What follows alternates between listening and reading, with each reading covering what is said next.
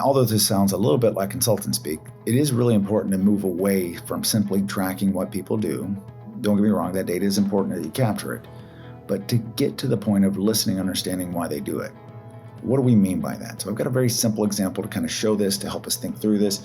If I happen to run that clothing shop and this gentleman walked in and I had the access to his demographics that I could help him find clothes with, or because he had visited me in the past and bought clothes and I knew his preferences for colors, brands, clothing features, style, fit, fabric care, it would obviously be a much more effective way of being able to help him find the things he might be interested in. And often we have this data. The mistake that we make is that we like to aggregate it up. We like to go and say, well, I know what categories he shops in.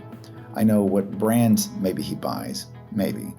And I know what times of the day or days of the weeks he comes. But what I'm not doing is actually taking the decision he made and deconstructing it and saying, that shirt that he bought, what were all the attributes of that shirt? And how do I map that back to that individual so that every time they're making a decision, I'm starting to pick up on those nuances the same way a best friend would or a spouse would, to be able to say, yep, I know this person does like these colors. And we all see this in ourselves. We know that we often will lean towards certain colors, certain brands, certain features that define the way we like to find things. And so understanding that, not just for the products they buy, the emails they open, the texts they respond to, the pages they click on, these are the things that will tell us a lot about an individual and be able to treat them appropriately.